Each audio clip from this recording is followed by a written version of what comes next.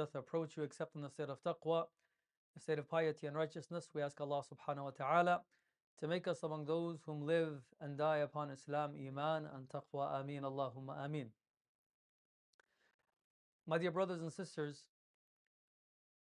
Urwa ibn Mas'ud al-Thaqafi arrives in the presence of the Prophet sallallahu alaihi wasallam and realizes a strange connection, a strange relationship between the Prophet sallallahu alaihi wasallam and his companions that was not previously experienced. And he witnesses the love they had for Rasulullah, the attachment, the respect, and the belief. And he leaves that gathering and returns to Quraysh, and he meets with its leaders, and he summarizes this relationship. He says, I visited emperors, kings, leaders in their castles, and I've never witnessed a group of people that were more attached to Muhammad or more attached to their kings than the attachment the companions had towards Muhammad sallallahu alaihi wasallam. He said they would fight over the remainings of the Prophet sallallahu alaihi wasallam. Each and every one of them can easily sacrifice himself or herself for his sake. They would be willing to put themselves harm's way for the sake of the Prophet sallallahu alaihi wasallam. A very strange relationship that cannot easily be explained or expressed. The Prophet sallallahu alaihi wasallam was not known for having a lot of this material world. The Prophet sallallahu alaihi wasallam did not have a lot of finances. He did not guarantee them leadership positions, but they were so attracted to this man. And the relationship was genuine, was sincere, to the extent where a person is prepared to sacrifice themselves for Allah and His Messenger sallallahu alaihi wasallam. In the month of Rabi'in al-Awwal, this beautiful month, as people speak about the Prophet sallallahu alaihi wasallam around the world, this is a month where the Prophet was born in, and he also passed away in the month of Rabi'in al-Awwal. We ask ourselves, what made this relationship so genuine? What was so unique about this man, sallallahu alaihi wasallam, that allowed the hearts to gravitate towards him to the extent where they were okay with sacrificing themselves? Allah Himself says, "An-Nabiyyu awla bil-mu'minina min anfusihim," that the Prophet sallallahu alaihi wasallam was closer to the believers than themselves. Like, imagine loving someone so much beyond yourself, you no longer consider yourself to be significant. And Allah documents this relationship, that He was closer to them, to their hearts, where they were willing to sacrifice everything that was dear to them for the Prophet sallallahu alaihi wasallam. What did he do that was so unique beyond conveying the message of Islam? Because we know that's a given. They loved Allah and His Messenger. But what was so unique about this individual, sallallahu alaihi wasallam, that you and I can embody, that will allow our families, our communities, people to gravitate, not because somehow we have a position, but character that we've embodied. We're trying to embody his character, sallallahu alaihi wasallam. And you realize that he, sallallahu alaihi wasallam, was able to demonstrate a few points. And there are many lessons that we can derive from all of this, but inshallah I will share a few. Inshallah I will try to share a few.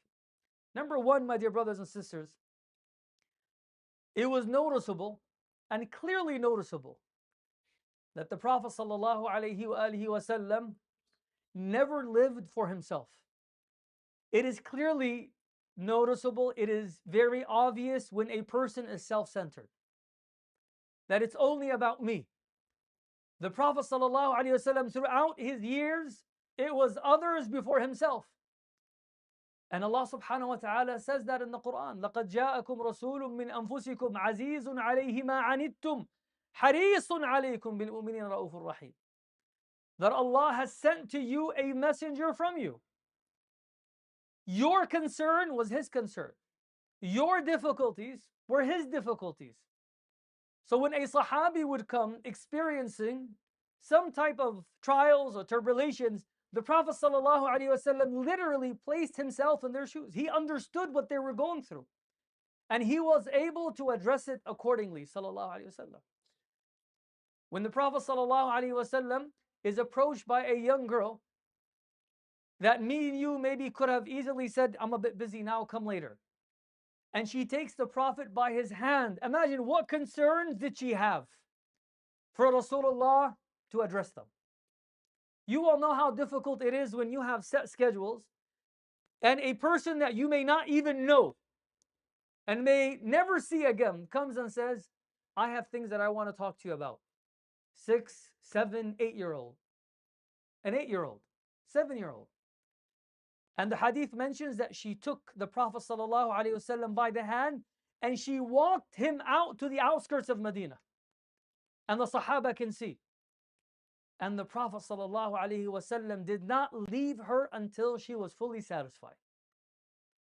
SubhanAllah. Now look at ourselves. When we know someone from our family members whom is in dire need, and we know the need they have, the need that they immediately need to be solved, and we know the issue, and at times we know how to solve the problem, but we are still distant. And the Prophet ﷺ gave her what she needed until she was fully satisfied. And you know how difficult it is to satisfy 7 and 8-year-olds. They have so much things to say. But the Prophet ﷺ was just there. This is what makes his character so unique. Sallallahu Alaihi Wasallam. People before himself. He wouldn't just ask himself, where do I align with whatever I'm about to decide on? This journey that I'm about to embark on, where does my self-benefit come in? This is when shaitan comes in the midst of the effort and just destroys it and eliminates the barakah from all of it. Because it's me before others, me before the work, me before the family. And of course, this is not what was promoted by Rasulullah sallallahu alaihi wasallam. You notice it, even that man that came and urinated in the masjid.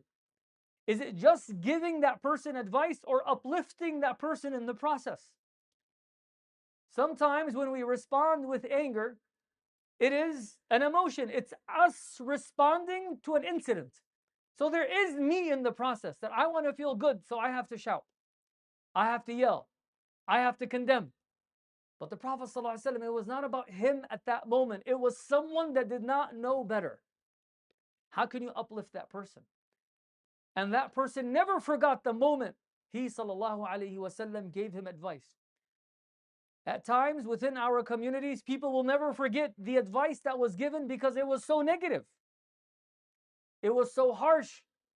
It was so difficult. As though we are pushing this person away. But Rasulullah, his advice was never forgotten because it was so unique and beautiful. That man lived with that nasihah. So number one, the Prophet ﷺ prioritized others before himself. Number two, subhanallah, you realize how the Prophet ﷺ was able to plant the seed of purpose in each and every Sahabi. People felt valued. Everyone felt a sense of purpose. And he would share that. And he would make people feel that. To the extent where they truly believed it. That they were given a genuine purpose. Imagine you can give someone nasihah, but to uplift them, to take them through this journey until they believe they have a purpose is a process. It's not easy. Wallahi, it's difficult. But the Prophet ﷺ did it so beautifully. Can you imagine what was crossing Bilal's mind, radiyallahu anhu arda? Bilal was a known slave. Nothing more than that. You can tell Bilal, Islam came to free people. And Islam is all about freedom. Okay, that doesn't change anything. Doesn't change anything. But how can you carry Bilal along this difficult process where Bilal radiallahu anhu becomes the symbol of freedom where he would call people for salah. That is very unique. That is what you call strategy, sincere strategy, not for any personal gain. Because we've set the point that he sallallahu alaihi wasallam wanted nothing in return, but to carry someone and to give him that purpose. Suhaib radiallahu anhu was not a slave, but was treated like a slave. And imagine he was free in his country to come to realize that the people of Quraysh would always mistreat him. And the Prophet ﷺ gives him that purpose. And he allows him to give everything for Allah and His Messenger later on. And he empowered Suhaib radiallahu anhu arda. Salman al-Farisi, Salman the Persian, had no one. How can the Prophet ﷺ uplift this man where he then announces that Salman is from us, from my household? Imagine how Salman felt. And again, giving these people positions within that community to make sure that they felt that they were contributors to society. That is what you call prophetic guidance. It's not about the I, it's not about the me, it's about the we, it's about the community. Empowering people before empowering self. Subhanallah, Abu Dharr radiallahu anhu arda. People don't realize Abu Dharr was a known thief. When we talk about Abu Dharr and the legacy of Abu Dharr, he was a known thief. You can say a gang leader. And he would bring people together, and people feared Abu Dharr radiallahu anhu before Islam. And Abu Dharr embraces Islam. And later on, Abu Dharr was the symbol of humbleness. He was known. And subhanAllah, to the extent where people couldn't follow along. Why was Abu Dharr later on not liked by some of the Sahaba? Because he was harsh on himself. Abu Dharr was someone that was not willing to compromise. Abu Dharr was one of the Sahaba that made sure that dunya will never change them. Victory would never change them. Wealth will never get to their heads. A very difficult person to follow along. But subhanAllah, one that was doing anything and everything to gain some material gains. And then the Prophet ﷺ gives him a sense of purpose where everything that he worked for is no longer significant. And he was so beautiful in his approach that the Sahaba, Ridwanullah alayhim, would look at him as a role model. Radiyallahu anhu. وأرضى أقول قولي هذا وأستغفر الله لي ولكم استغفروه فيا فوز المستغفرين.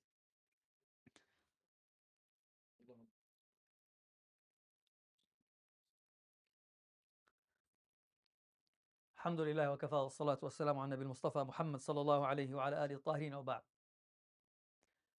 My dear brothers and sisters, the legacy of the Prophet sallallahu alaihi wasallam is not only to commemorate his birth. There's so much to it that you and I need to embody and to reevaluate and to process and to be aware that us as an ummah, we will not change, we will not evolve unless we embody his khuluq sallallahu alaihi wasallam. Allah praised his character. Allah praised his character. And if we are seeking such closeness on the day of Qiyamah to the Prophet sallallahu alaihi wasallam, it has to be through khuluq, through good character. How we carry ourselves among our community members, with our family members, with the closest family members, with the distant family members, anyone, Muslims, non-Muslims, it doesn't matter. A friend, an enemy. Islam gives you and I clear guidelines. And subhanAllah, if you look at the seerah of the Prophet sallallahu alaihi wasallam, there were 4 things that was very obvious in his interactions with people. Very obvious. This is how he empowered the community. But as he would engage, the Prophet ﷺ was so special. Number 1, my dear brothers and sisters, you notice that he ﷺ would engage with mercy, not harshness. Mercy as much as you and I can. When someone comes and they've made a mistake, having that mercy. When you know someone committed a sin, having that mercy. Just having rahmah. And subhanAllah, you notice at times that people may just lack mercy towards one another. it was noticeable that he sallallahu alaihi wasallam was the comfort of all those whom were seeking comfort. You can show mercy to someone that is asking you a question, to a patient that's coming to you, a client that's coming to you, someone that's lost on the way seeking directions. You can show mercy. And subhanAllah, it comes in different forms. But in all forms, anything that you may imagine, the Prophet ﷺ demonstrated rahmah. Number two, what was clearly observed is that the Prophet ﷺ would always engage with justice, not desire. That even if you and I disagree, and there's this clear conflict between you and I will not mistreat you in the process. I will not wrong you. Even if you spoke about me negatively, or somehow came up with accusations, we do not respond to evil with evil. He was always fair, sallallahu alaihi wasallam. And even when revenge was an option, the Prophet sallallahu alaihi wasallam also treated them with justice, adl. And subhanallah, people go wrong, even people that are religious individuals whom believe in Allah and the Messenger sallallahu alaihi wasallam, in moments of conflict, they drift off. And shaitan gets the best of us. How can you and I live with such uniqueness that even if we are angered, we are pressured, we are pushed, we are cornered, as much as we can, we align with the guidance of the Prophet sallallahu alaihi wasallam? When that Bedouin man came and held the Prophet sallallahu alaihi wasallam by his clothes, and the Sahaba were there, and this man was wrong. He came wanting the money that was given to the Prophet ﷺ a few days before the due date. So he was wrong. And the Sahaba wanted to immediately respond aggressively. And he ﷺ did not allow it. Adil. Just be just. It's okay. We'll figure it out. I'll forgive this person, but he's asking for his money in the end of the day. Number three, my dear brothers and sisters, you notice that the Prophet ﷺ was very unique by demonstrating himself as a role model and not only speaking about change. Talk is cheap. So the Prophet ﷺ was not lecturing his family, not speaking to his community, not talking to his friends in a way where it may be belittling, but his actions clearly contradict. The Prophet ﷺ was consistent. So when he would speak about how a person must minimize his attachment, her attachment to dunya, he wasn't out there fighting for dunya. There's no contradiction. Sometimes we talk about things maybe because we're deprived from them. But what happens the moment we are capable of achieving them? Do we experience such discipline? Especially when our kids see us and they notice that our talking is one thing, but our actions completely different. We have to make sure that our talk aligns with our amal. It is difficult for all of us. It is difficult, but is this what we're trying to pursue? As long as there is niyyah to pursue this, we're doing good. And we work upon it. It's going to take some time. And we all struggle here. But in the end, we are trying to seek it for Allah subhanahu wa ta'ala. And the last point, my dear brothers and sisters, subhanallah, what would allow people to gravitate towards this beautiful man is that he was a person of bashara. Bashara, good news. Just good news. You know, we shouldn't always have something smart to say. Don't always have something smart to say. Don't always somehow talk about people negatively. Don't always find a way to say something just for the sake of saying it. And in the process, you hurt so many people.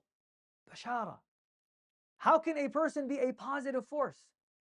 Sometimes you can sit in a gathering and one person comes and just messes everything up, just bringing so much negative energy.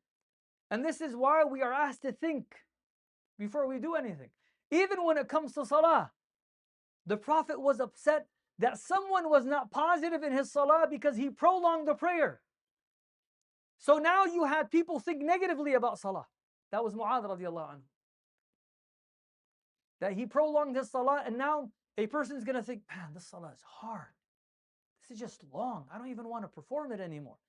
That negative feeling, the Prophet ﷺ told Mu'adh, you're wrong. You should have never prolonged your prayer. allow people to think positively even about salah. He didn't say nothing, he didn't do nothing, and he said, Inna minkum munaffirin. From among you are people that push others away. And subhanAllah, that can happen on a smaller scale and of course on a larger scale. But being people that will try their best to only say that which is positive. And even when trying to fix a problem, it is given through a positive lens. As he sallallahu alayhi wasallam reminded you and I, Bashiru wala tunafiru, give glad tidings. We ask Allah subhanahu wa ta'ala to make us among those whom engage with mercy, whom are always just even in the most difficult times. And we ask Allah subhanahu wa ta'ala to make this journey easy for us as we strive to become role models. And we ask Allah subhanahu wa ta'ala to make us among those who are constantly saying that which is positive, that which is good, that will allow hearts to gravitate towards us. Ameen Allahumma ameen. Allah wa sallu wa sallimu ala man ba'athahu Allahu rahmatan lil alamin. حيث أمرتم بالصلاة والسلام عليه فقال عز من قائل إن الله ملائكته يصلون على النبي الذين آمنوا صلوا عليه وسلموا تسليما اللهم فصل وسلم وزد وبارك عليه وعلى آله الأطهار وأصحابته الأخيار وعلى كل من اهتدى بهديه واستنى بسنته واقتفى أثره إلى يوم الدين اللهم انصر الإسلام وأعز المسلمين واعل فضلك راية الحق والدين انصر عبادك المستضعفين في كل مكان يا رب العالمين كلهم حافظا وناصرا ومؤيدا ومعينا حرسهم بعينك التي لا تنام اغفر المؤمنين والمؤمنات والمسلمين والمسلمات الأحياء منهم والأموات برحمتك يا أرحم الراحمين اللهم انصر عبادك المستضعفين في غزة وفي فلسطين اللهم انصرهم بنصرك على القوم الظالمين والصهاينة المعتدين يا رب العالمين كلهم عونا وناصرا وحافظا كلهم عونا وناصرا وحافظا يا رب العالمين ويا من أنت على كل شيء قدير. My dear brothers and sisters, before we end, just be mindful this is Rabi'in al-Awwal. Speak to your family about the Prophet ﷺ, just reviving the remembrance of the Prophet ﷺ within our households. Of course, it happens throughout the year, but especially in this blessed month, month of Rabi'in al-Awwal. May Allah subhanahu wa ta'ala make us among those who will stand in the presence of their beloved Prophet on the day of Qiyamah. Jazakumullahu khairan.